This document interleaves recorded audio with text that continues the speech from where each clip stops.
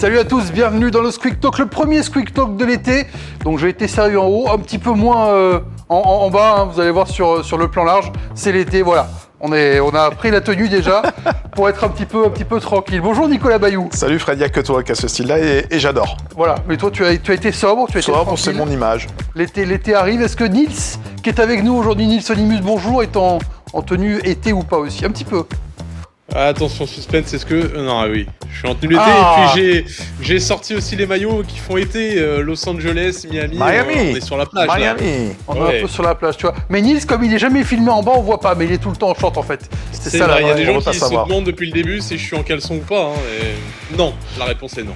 La réponse est non, un sobre short pour Nils. On n'est pas là pour parler tenue vestimentaire, on est là évidemment pour parler de Paris-Monaco, la finale du championnat de France de basket qui s'est tenue en 5 matchs, remportés par le Paris Basketball. On parlera aussi un petit peu de NBA, de SGA, Tyrese Haliburton et de cette finale qui nous a tenus en haleine. 2 finales qui ont été jusqu'au match décisif finalement. Et il y aura un mini quiz, parce que bon, c'est l'été, j'ai mis un petit peu le haut là sur le quiz, ce sera évidemment pour la fin de l'émission. On démarre avec ce Paris Basketball Monaco et ce match 5 dantesque.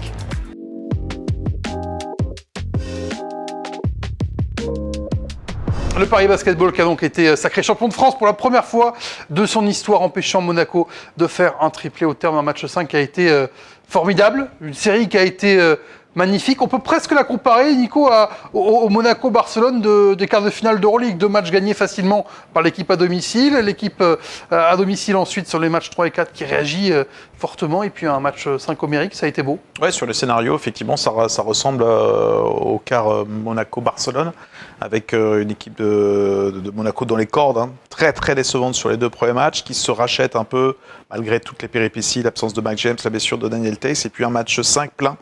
Basket total, c'est en conférence de presse, c'est Thiago Splitter qui prononçait le mot de insane. Par moments, c'était vrai que c'était complètement fou. On a eu un niveau de jeu, un niveau de suspense, d'engagement, d'intensité avec la fatigue. On a eu des joueurs blessés qui ont joué. TJ Short l'a avoué, ça faisait 2 matchs qu'il était blessé à la cheville. Il nous fait un match monstrueux. On a eu des tirs de fou de Nadir Rifi. On a eu passage de dantesque aussi de Jordan Lloyd. Bref, on a eu tous les ingrédients pour ce qui est peut-être l'un des plus grands matchs de ces 10 dernières années dans l'histoire des finales LNB. Franchement, entre 2 équipes au niveau Euroleague, on a eu un suspense incroyable jusqu'à 1 minute 30 de la fin. On pensait que Paris pouvait aussi perdre ce match, quoi. On était nous à l'Arena sur les matchs 1, 2 et 5. Match 5 avec une formidable ambiance, vraiment une ambiance de finale. Exactement, bravo Paris. Bravo le COP Parisis, parce que ce COP, il a commencé à Carpentier, il y avait 20 personnes, 30 personnes, il fédère la salle et toute l'Arena était ensemble. On a vibré sur cette ambiance fantastique au niveau de la salle, au niveau des animations. Enfin, comme Paris, c'est très bien faire. Comment tu l'as vécu, toi, Nils, cette finale? Toi, tu étais au match 3 et 4 à Gaston Médecin et pas au match à Paris. Hein. Ouais, Nico a tout dit. La finale, dans son ensemble, elle est quand même grandiose de se terminer en 5 matchs. Match 5, l'apothéose, c'est quand même beau pour le championnat de France et c'est beau pour Paris qui vient boucler un cycle, puisqu'on sait que la plupart des cadres vont s'en aller. C'est fort parce que les matchs 3 et 4, j'avais l'impression que Monaco avait vraiment pris l'ascendant et avait changé au niveau de l'attitude, avait pris le dessus. Tu voyais une équipe supérieure qui avait de meilleures intentions. Et sur le match 5, Paris a montré que même avec un Monaco qui a envie, qui met les bons ingrédients, est capable quand même de gagner. Donc, non, magnifique. Donc ça, c'est l'impression globale. On peut parler un petit peu plus des 2 équipes. On commence par le champion, par Paris, voilà, qui est allé chercher son titre à la maison, qui est allé l'arracher finalement des griffes de Monaco, qui a renversé ce match en 3e quart-temps avec TJ Short. Ça faisait longtemps quand même. Peut-être il y a eu Mike James évidemment, mais un tel impact en 2 ans, qu'est-ce qu'il va laisser?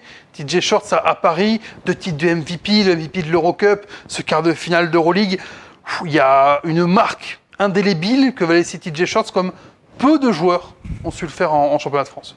Il nous surprend encore quand on sait qu'il était blessé pour les 2 derniers matchs de cette finale, faire ce qu'il a fait encore hier soir, prendre sur ses épaules en disant au moment le plus le plus difficile peut-être pour Paris, il y a cette faute qu'il fait sur Mathieu Strazel, qui est pour moi un petit peu dommageable au niveau des arbitres de sanctionner Mathieu Strazel d'une faute technique.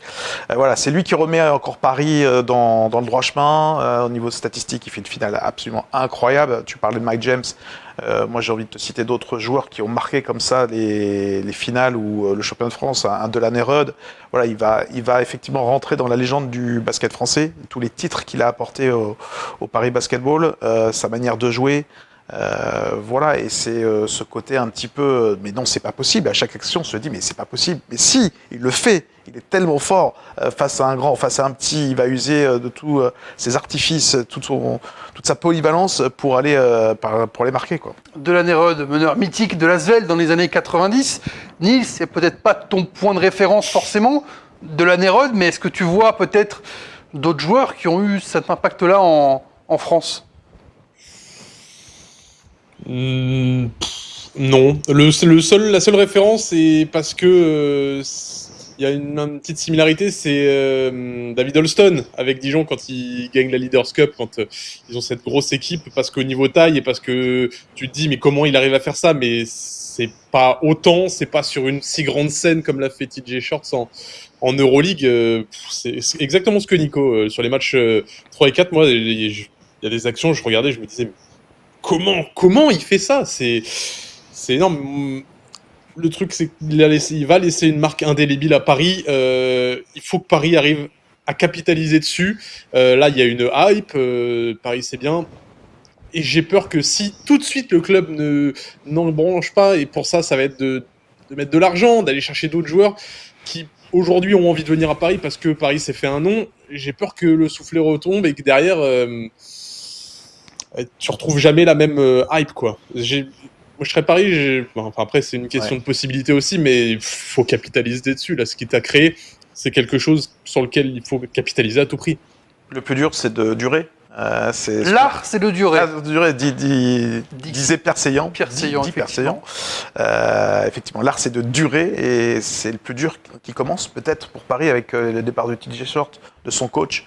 Recréer encore un groupe, recréer une dynamique. Je pense essayer d'avoir toujours la même philosophie parce que c'est l'ADN de ce club maintenant. Après, là, vous parlez du futur. Là, on n'y est pas encore. On est dans le lendemain de ce titre de Paris dont ils vont profiter quand même, les supporters, le club. Voilà. Effectivement, il n'y aura plus la même base l'an prochain, mais pour l'instant est magnifique. Oui, mais on a toujours envie de parler de l'avenir parce que c'est fini, quoi. C'est fini. Et c'est fini à Paris. Oui, c'est fini. C'est fini. TJ Shorts à Paris, Thiago Splitter, qu'on voulait voir partir certains d'entre nous après 3 matchs d'Euroleague. Tu vas m'enlever de ce on immédiatement, s'il te plaît. Il y en a qu'un entre nous trois. Non. Non, voilà, effectivement, il faut savourer, il faut se rendre compte de tout le travail accompli par Paris qui était en Pro B qui n'existait pas il y a encore 7-8 ans.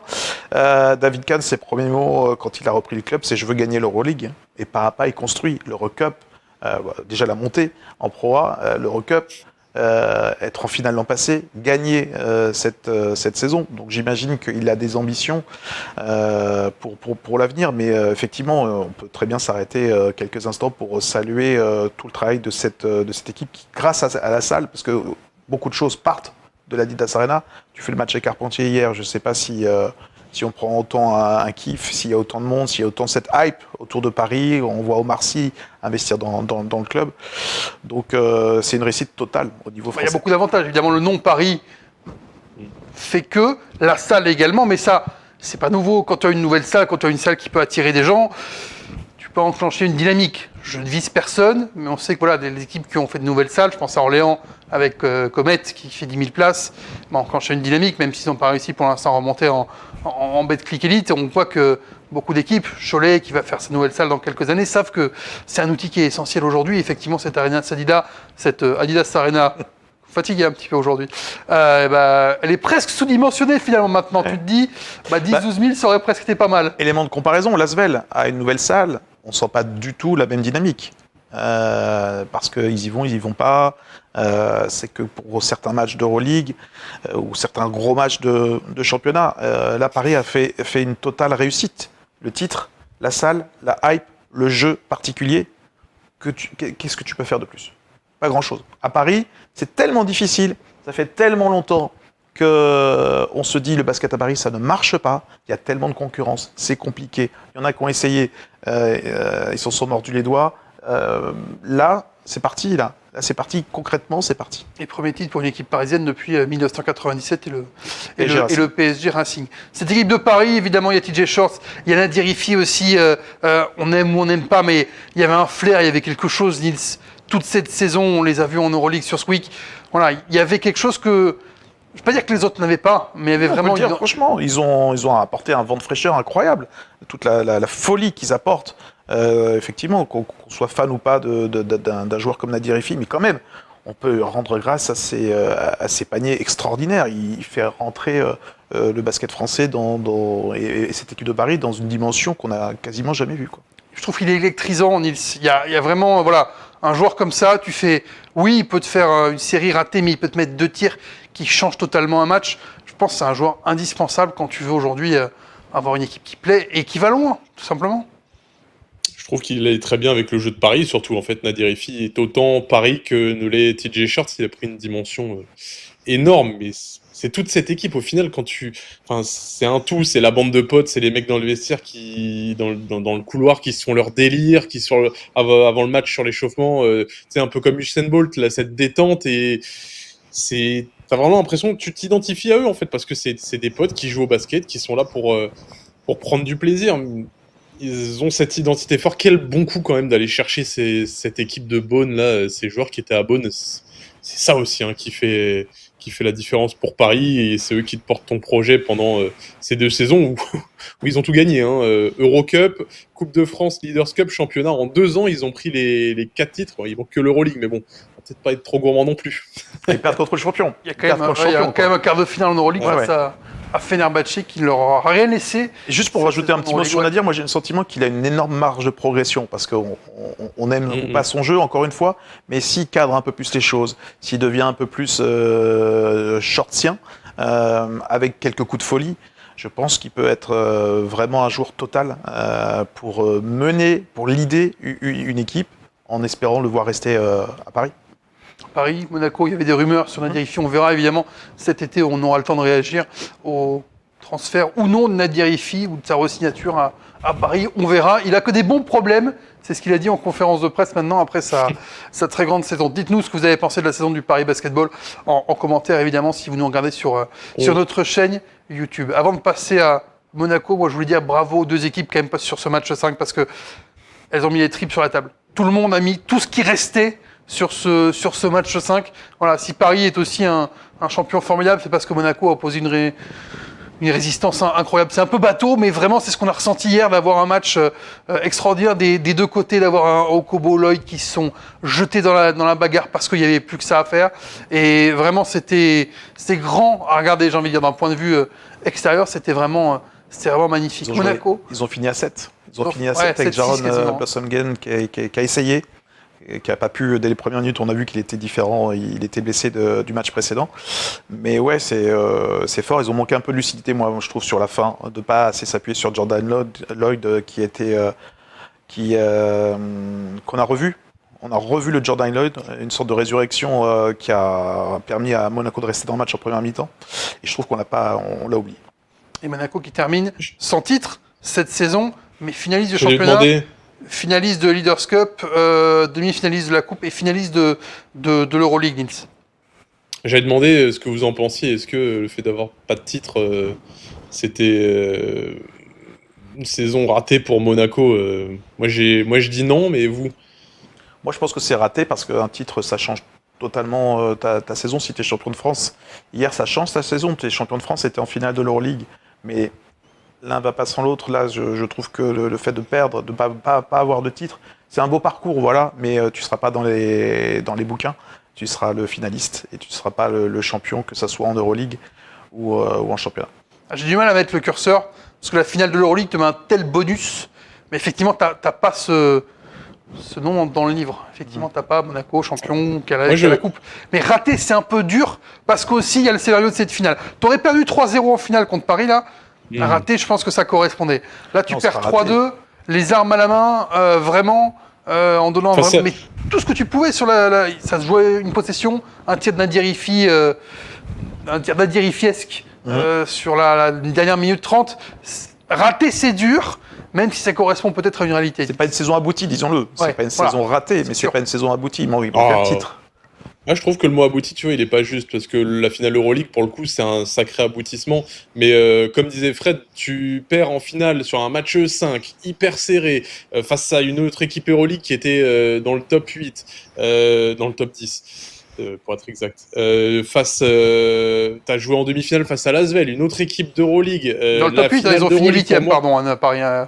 Ils ont fini 8ème. Oui, exact. Ils ont se qualifié au play-in à Madrid qui a fait 7. C'est vrai. Mais il y a aussi la finale de l'Euroleague, tu vois. Et rebondir, parce que les demi-finales, ils les ont attaquées pas longtemps après, mais rebondir mentalement après la finale perdue d'Euroleague, c'est aussi quelque chose de pas facile. Et puis ça prouve juste aussi que le championnat de France, il est monstrueux. L'Olympiakos, le Panathinaikos, ils sont champions de grec chaque année parce qu'ils ont chaque année, l'un ou l'autre, mais parce qu'ils sont que tous les deux, et ils mettent 30 points en demi-finale à leur adversaire. Le Mans qui gagne la Leaders Cup, c'est pareil, Monaco ils prennent pas la Leaders Cup, ça aurait fait un titre, parce qu'il y a des super équipes dans le championnat de France, c'est juste ça aussi.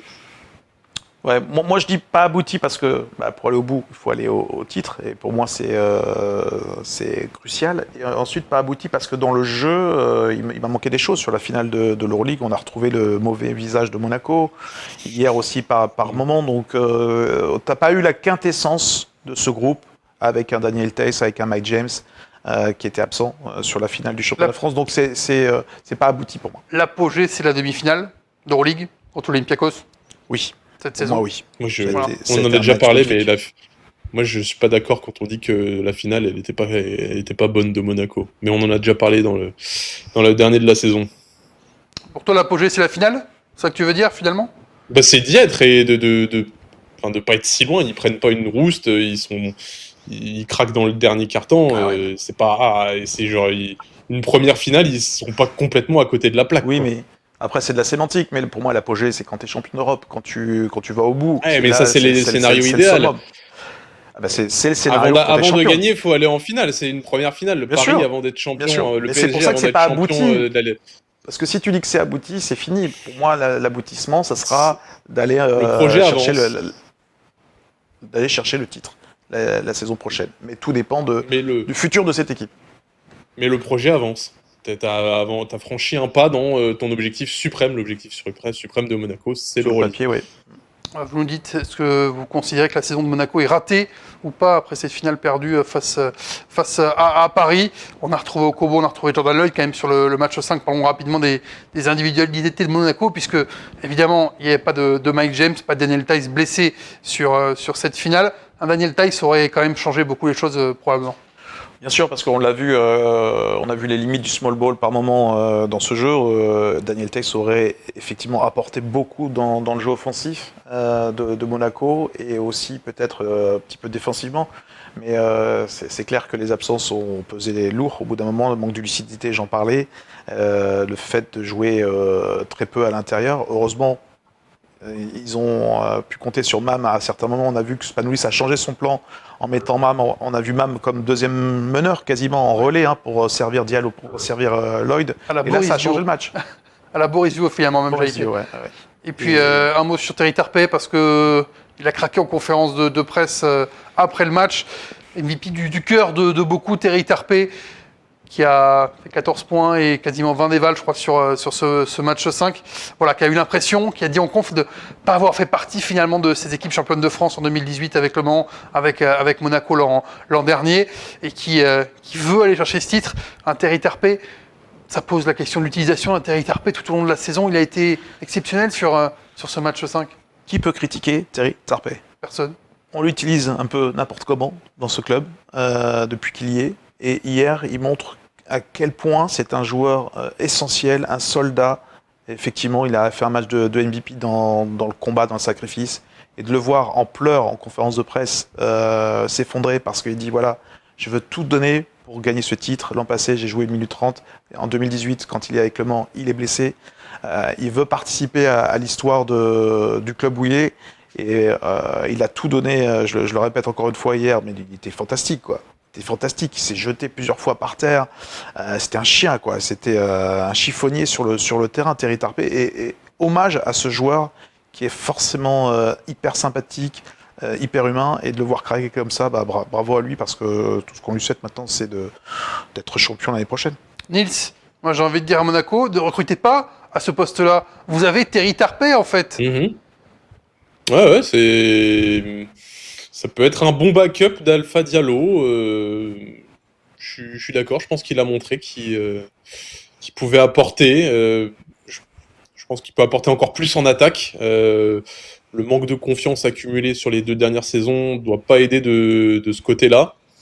Mais oui, je pense qu'il y a beaucoup de garçons qui peuvent apporter plus que ce qu'ils nous ont apporté. Je pense déjà qu'on a vu beaucoup de choses en plus depuis que Vassilis Spanoulis. Terry Tarpey, il joue plus. Peter Corneli a eu quelques minutes. Jeune Bégarin aussi. Il a commencé, il a ouvert un peu plus quand même Spanoulis que ne le faisait Sacha Obradovic. Alors on en veut toujours plus, évidemment. Mais bon, déjà un peu plus. Tu regardes la finale d'Euroleague, ils ont joué à 9. J'ai regardé hier, il y a 9 joueurs qui sont rentrés sur le terrain. 11 pour Fenerbahçe, par exemple. Il y a effectivement, ils ont joué à 8, 7, peut-être même 6 à la fin de match. Il y a une certaine logique, vu qu'il y a eu changement de coach, c'est pas l'équipe de Spanoulis, donc il s'est privé de Brown, il s'est privé de Moti Younas. Donc il y a une certaine logique à resserrer ton effectif sur lequel tu comptes. Mais ça coûte peut-être... Exactement, ça coûte la lucidité, ça coûte beaucoup de fatigue à ce groupe qui termine à 7 fatigué, quoi. Paris champion, Monaco qui termine finaliste et qu'on retrouvera évidemment la saison prochaine en Euroleague, les deux clubs, pour voir si sont capables de faire encore mieux que cette saison, après une saison quand même démentielle pour les deux clubs. Ça, c'était la finale du championnat de France. On passe au fast, on va parler de la NBA.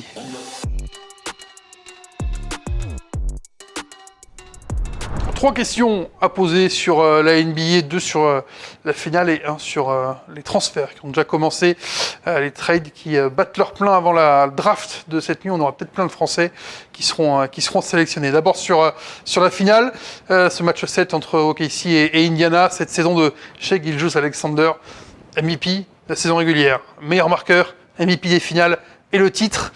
Une performance... plus que rarissime, 4e joueur seulement à le faire. Est-ce que cette saison est légendaire? Est-ce que c'est le terme exact? On va parler beaucoup de sémantique aujourd'hui dans ce Squeak Talk. Je ne suis pas sûr encore d'avoir de pinpoint le légendaire, moi, tu vois.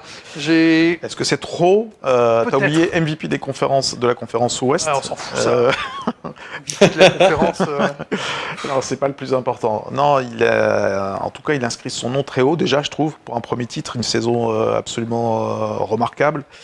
Il prend le chemin, pour moi, d'un joueur qui va peut-être marquer la NBA comme les derniers visages de la NBA, comme Steph Curry, peut-être. De là à dire que c'est une légende de NBA, c'est évidemment trop tôt. Est-ce que la saison, peut-être pas la légende, mais est-ce que la saison, en tout cas, elle est... Oui, alors, la saison, elle est légendaire, oui. Oui. Ah oui, tu peux pas... Qu'est-ce que tu peux faire de plus? C'est pas possible pour... Pas grand-chose. Il est MVP partout. Il met 30 points de moyenne par match. Ouais, MVP du All-Star Game, mais c'est pas un match qui compte, vraiment. C'est peut-être juste le recul qui fait qu'on n'apprécie pas sa juste valeur. Il a été beaucoup critiqué. Le jeu. Moi, je le dis, il n'est pas reconnu à sa juste valeur parce que son jeu est trop différent de ce qui aujourd'hui est dans la NBA et de ce qui plaît. Enfin, c'est un mec, tu regardes, j'ai vu notre confrère Pascal Gibernet qui avait reposté sur X tous les shoots sur les finales de Shai Gilgeous-Alexander, les spots où ils ont été pris. Il shoot très très peu à 3 points, c'est du jeu old school, du mid-range, beaucoup de pénétration, du jeu sur les appuis. La NBA aujourd'hui, c'est tellement autour du tir à 3 points, avec Steph Curry qui a attiré tellement de monde avec ça, il y a beaucoup de monde aujourd'hui qui s'intéresse à la NBA parce qu'ils ont vu Steph Curry, que c'est impressionnant. Donc ces gars-là, ils voient Shai Gilgeous-Alexander, ils disent ouais, c'est pas très impressionnant, c'est pas très spectaculaire. Moi, je pense qu'il y a beaucoup de ça dans les raisons pour lesquelles on parle peut-être moins de Shai Gilgeous-Alexander comme on devrait en parler.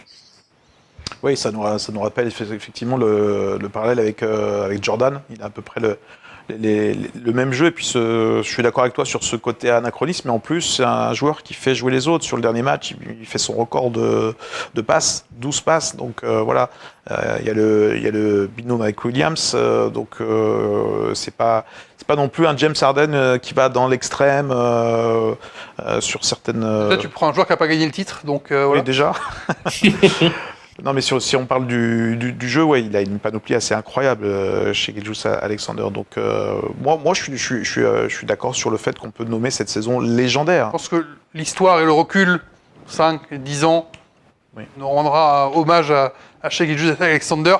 Nils, tu as les 3 autres noms en tête des joueurs qui ont fait MVP des finales, MVP, Karim Abdul-Jabbar, le titre et Karim Abdul-Jabbar avec Jordan. les Bucks, Michael Jordan 4 fois.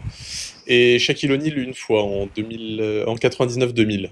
Voilà, tu t'es chez Gilgeous-Alexander, je le pose là. Bah voilà, déjà ça Voilà. résume un peu le truc. Et le résumé est facile. Bon, SGA, saison légendaire évidemment pour le titre d'Oklahoma City. Le titre d'Oklahoma City, oui, Nils, vas-y. Petit X, son foul baiting là, tous ces trucs à aller chercher les bras. Mais tous les c'est meneurs le chiant font. à voir. Tous les meneurs le font maintenant. Tous les meneurs le font, excellent. aller chercher ses fautes. Mais bon, c'est vrai que c'est un petit peu facile, mais tous les meneurs le font. Qu'est-ce que tu veux faire, Nils? Lui un petit peu plus. Tu vois, il râle.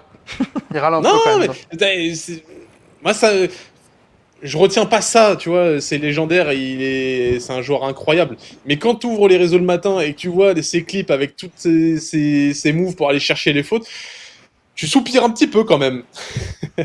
Bon, on va quand même garder en tête cette victoire et ce titre pour Shai Gilgeous-Alexander. On verra s'ils sont capables de faire le back-to-back l'an prochain aussi. C'est peut-être ça qui l'inscrira encore plus dans la légende de la NBA.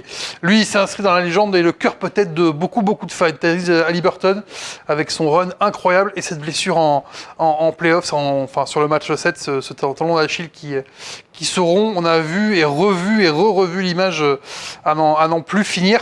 Mais c'est cette saison en NBA, ces playoffs, il y a eu de plus en plus cette blessure-là, spécifiquement, ça vous interpelle ou pas?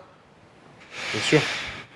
Toi, Nils, tout de suite, Nils, Nico est un petit peu Oui, mais plus sceptique. je suis un peu moins interpellé par ça parce que bon, on pourra pas changer grand-chose à ça, malheureusement, à part faire la moitié de la saison, préserver beaucoup plus les joueurs. Mais je pense pas que ça soit la direction que veut prendre la NBA. Donc, malheureusement, il faut être un peu fataliste. Ça va arriver toujours. C'est déjà arrivé par le passé. Ah, Je vois pas quel est gros joueur, Nicolas. Ça arrive à Tyrese Haliburton en match 7. Ça arrive à Jason Tatum. Ça arrive à Damien Lillard. Marquant parce que ça arrive en plein match et on est dans les matchs de play-off, de finale. Donc, il y a des blessures comme ça qui se sont passées en saison régulière, en début de saison, dès le premier match.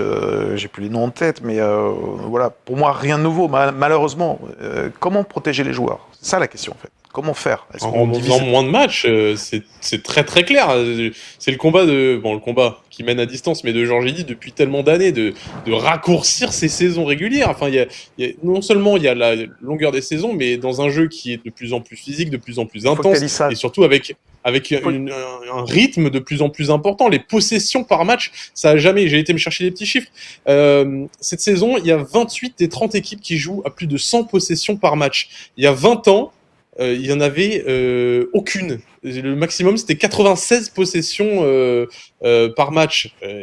Forcément, tu as plus d'efforts, tu as plus d'aller-retour, tu as plus de distance parcourue. Tu as la fatigue. C'est des blessures de fatigue. Hein. Les mecs qui sont fatigués, ils forcent dessus. En play-off, tu en as 3 parce que tu as une douleur dans le mollet. Tu prends des produits pour simuler la douleur. Ça use. Ça finit par péter. Il y a quand même quelque chose. Quand on a 3 dans les mêmes play-offs, il y en a 8 cette saison. La moyenne avant cette saison, depuis 1980 et quelques, je crois, c'est 1,36 par saison. Là, t'en as 8 dans la saison. Il y a bien quelque chose quand même qui va pas. Mais à part changer le calendrier sur lequel on est tous d'accord et on a tous envie qu'il y ait un petit peu moins de matchs. C'est impossible. C'est un tel business, la NBA, avec les télévisions qui mettent des milliards. Si tu leur dis on fait une saison à 62 matchs, ce sont les premiers qui vont râler et ensuite ce sont les joueurs qui vont râler parce que tu vas leur dire dans le prochain contrat il y aura moins d'argent, donc c'est insoluble. On va vers le même problème en Europe hein, peut-être parce qu'avec l'Euroleague qui passe à 20, la NBA Europe en visuel un petit peu plus loin peut-être où il y aura sûrement c'est pas que ça concerne pas que le basket cette problématique, ça concerne tous les sports. co, notamment. Trop de matchs, trop de calendrier. Les rugbymen, les volleyeurs qui jouent toute l'année. Donc oui, c'est trop. C'est trop, évidemment. Et donc, blessure. Et comme tu le disais, Nils, avec tes stats, le sport aussi a changé.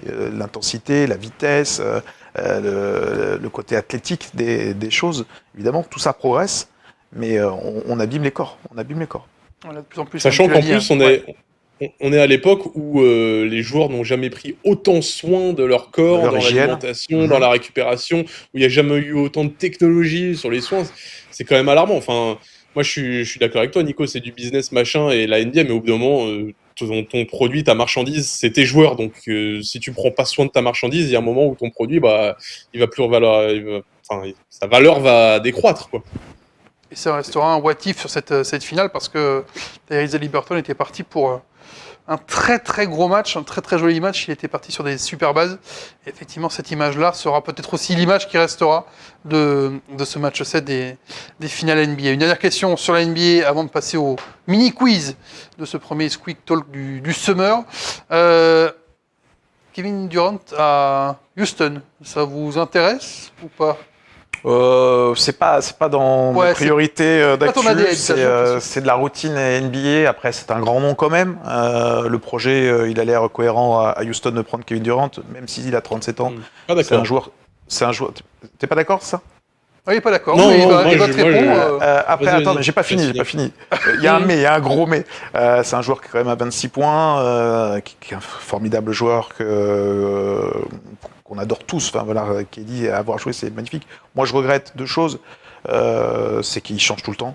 Voilà, il est difficilement stable, ce garçon, avec pas forcément beaucoup de réussite. Des passages qu'il a fait, notamment au net, c'était pas top. Et puis moi, j'aurais voulu le voir à San Antonio. Je pense que Toi, tu voulais on est KD, encore Wemby, bon d'accord. On est KD, encore bon Wemby, d'accord. ça m'aurait excité. KD, Wemby, ça m'aurait excité. Ça aurait mis la hype. Nils, il n'est pas content du tout. Parce que là, tu retrouves Ah ouais, non. un duo avec ce qu'ils ont comme poste, le backcourt poste extérieur. Tu mets KD et Wemby, waouh, moi, ça me fait kiffer, quoi. Ah, mais il y aurait eu tellement d'atouts à trader pour San Antonio, je suis pas sûr qu'ils auraient Après, été ils ont des gagnants, jeunes, ils ont des tours de draft intéressants justement. cette année, donc voilà. Allez, vas-y Nils, lance-toi. On en parlait en plus tous les trois avec, je crois que c'était Faisal qui était avec nous, mais de la construction des équipes cette année en finale, Indiana, Oklahoma City, même les Timberwolves, New York, de faire ça progressivement, de prendre le temps. Et le meilleur exemple, c'est Oklahoma City, qui via la draft a pris le temps de développer tes jeunes. Houston, bon, ils ont gardé quand même pas mal de joueurs, Sengun, tout ça. Ils sont débarrassés que de Jalen Smith. Mais tu viens enrayer ton développement de jeune, ton projet, alors qu'en plus ils ont terminé deuxième, pour mettre un joueur qui a 37 ans, c'est ça, 36 37 Il va faire 37, il va faire 37 à la rentrée, ouais. Il a 37, il va avoir 37, donc pour un joueur où tu sais que dans 2 ans c'est fini, c'est comme si tu achètes une énorme voiture pour toi à la maison, mais tu sais que dans 2 ans, elle s'auto-détruit. Enfin, c'est un investissement quand même un peu bizarre. Et moi, Argus, Argus des joueurs. Ouais, mais moi je suis content que San Antonio y ait pas été, que San Antonio n'ait pas refilé son pick 2 où ils ont l'air de vouloir Je comprends ce que tu veux s'accrocher dire. et d'aller chercher Dylan Harper. Sur la construction, je suis d'accord avec toi, mais c'est juste sur le côté basket. Tu vois, c'est une sorte de fantasme d'avoir un KD qui est un formidable joueur et un Wemby, c'est les Avengers, quoi. Après, Nils a raison. Ouais. KD, c'est gagner maintenant ou la saison prochaine, enfin dans la fenêtre de 2 ans. Après, à part s'il a l'Argus LeBron James et qu'il peut jouer jusqu'à 42, 43 avec le même niveau de jeu. C'est plus logique qu'il aille dans le Texas à Houston qu'à San Antonio. Ouais. Si on suit ce raisonnement, là, c'est entendu. Moi, tu vois, même quand il rejoint ces deux équipes où il y a des jeunes, je suis pas sûr qu'en rejoignant ces équipes, tu sois prétendant tu puisses aller gagner un titre dans les 2 années qui viennent, quoi. Parce que tu vas te débarrasser d'atouts et pour en faire revenir d'autres, bah, ça va te prendre un petit peu de temps parce que tu n'as plus d'assets à transférer. Les agents libres, bah, il te faut de l'argent. C'est ce qu'on disait encore une fois il y a 1 ou 2 émissions. C'est que bah, quand tu prends des stars, derrière, tu as moins d'argent pour aller recruter des joueurs pour entourer ça, quoi. Donc, après, moi, je suis très content que San Antonio n'y ait pas été. Après, Houston fait une saison à 52 victoires, ils se disent, bon, il nous manque juste Ils sont peut-être la pièce qui... deuxième à l'ouest, ouais. Ouest, hein, ça. Voilà. Et C'est peut-être un comme manque de Oklahoma patience, City. hein. Ouais, mais peut-être comme Oklahoma City, ils se disent, bon, on a échoué en play-off là, sur un premier tour parce qu'on n'avait pas l'expérience. On rajoute KD, on va avoir de l'expérience, du shooting, du scoring et peut-être exactement ce qui nous a manqué pour aller Ouais. titiller Oklahoma City, quoi. tu le T'aurais gères pu être bien. patient et laisser Jalen Ouais, mais Smith si tu le se développer, tu vois. C'était sa première campagne de play-off. Alors oui, il passe un petit peu à côté, mais il fait une bonne saison. Pourquoi t'es pas patient avec tes jeunes joueurs? Je veux dire, c'était sa 4e saison en NBA, première campagne de play-off. Laisse le temps à tes joueurs de se développer. Ça se trouve, dans 2 ans, le gamin, il a 23 ans. Hein. Dans 2 ans, ça se trouve, il a un niveau, alors pas comme KD, mais il a un niveau monstrueux, quoi. On fait le tour. On a fait le tour. C'est Ouais. bon. On a fait le tour de la NBA, on a fait le tour de la Betclic Elite. Il est donc temps de faire et de boucler quiz. la boucle de ce Squeak Talk avec un mini quiz.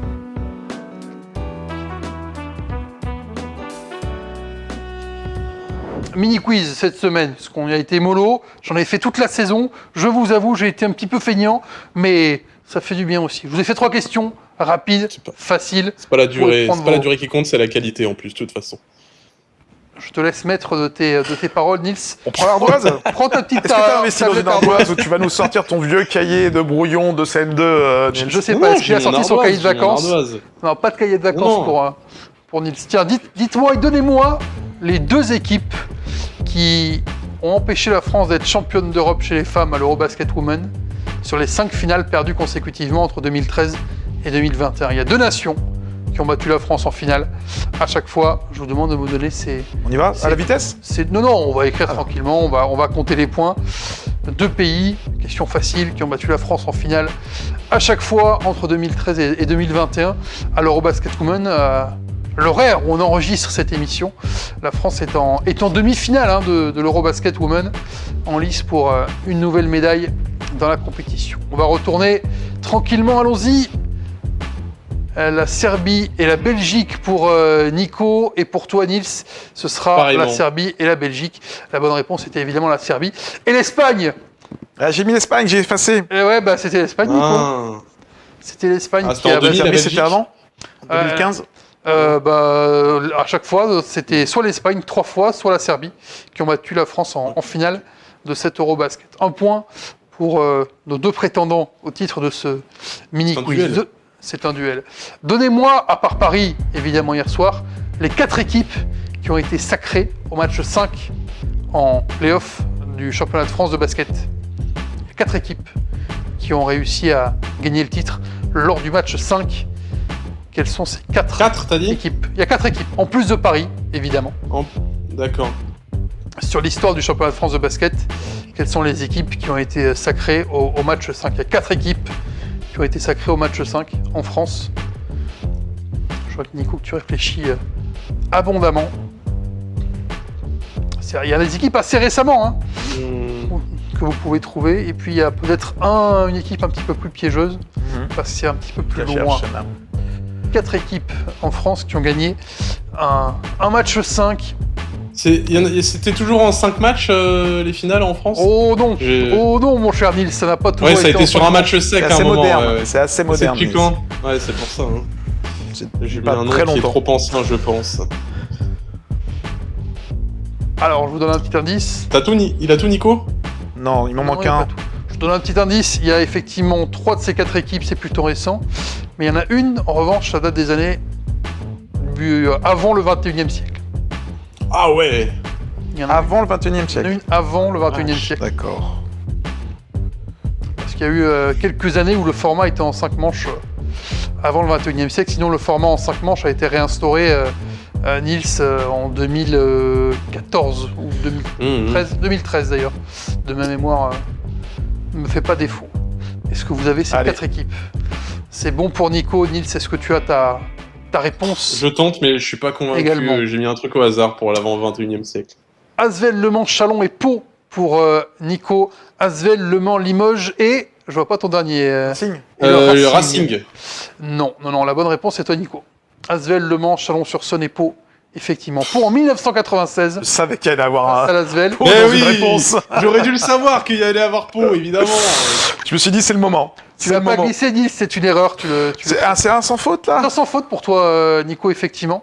L'Asvel en 2022 et en 2019.